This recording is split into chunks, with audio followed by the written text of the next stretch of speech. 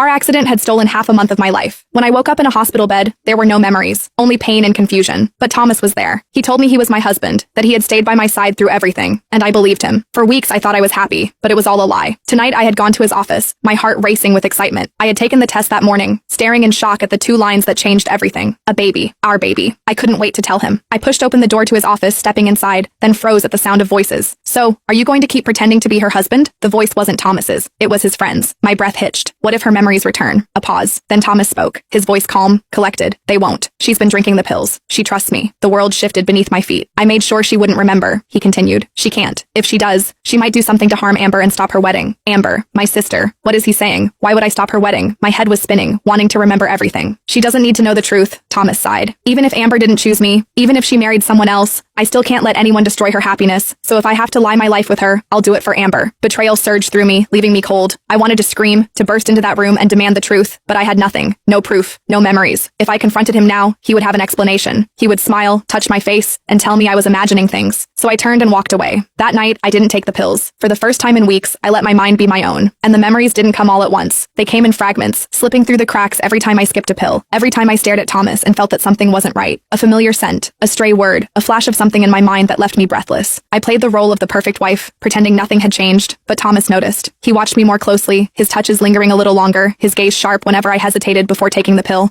Then one night, he said it. We're going to your parents' house tomorrow, he told me, sliding an arm around my waist. Amber wants you to be there for her gown fitting. Your parents will be there too. The words knocked the air from my lungs. My house, my parents. I was going back. I forced myself to smile, nodding like a good wife should, but inside, I was drowning. The next morning, as I sat in the car beside Thomas, the memories became clearer. Not forced, not sudden, but they were there, like a puzzle assembling itself in my mind. Amber, she had always taken from me. As children, she wanted my toys, my clothes, my friends, and as we grew older, she wanted Scott. I clenched my fists, my nails digging into my palms as more pieces fell into place. Scott and I had been together for 4 years. 4 years of love, of promises, of planning a future together. I had trusted him, believed him, and yet, all along, he had been sneaking behind my back, with my own sister. I had confronted them. I remembered the way Scott had tried to deny it, how Amber had worn that same sickeningly sweet smile she always did when she got what she wanted, and I had been a fool for thinking that my parents would stand by me, that they would condemn Amber for what she did, but they didn't. They let her have him. They let her take everything from me. The betrayal burned through my veins like poison, and suddenly I was back in that moment, the night of the accident. Amber was in the car with me. We were fighting. I had just found out about Scott. The truth had shattered everything I knew, and I had been furious, screaming, crying, demanding answers. And then, the sharp turn, the blinding lights, the impact. It wasn't just an accident. Amber had been there. Amber had caused it. Now she was pretending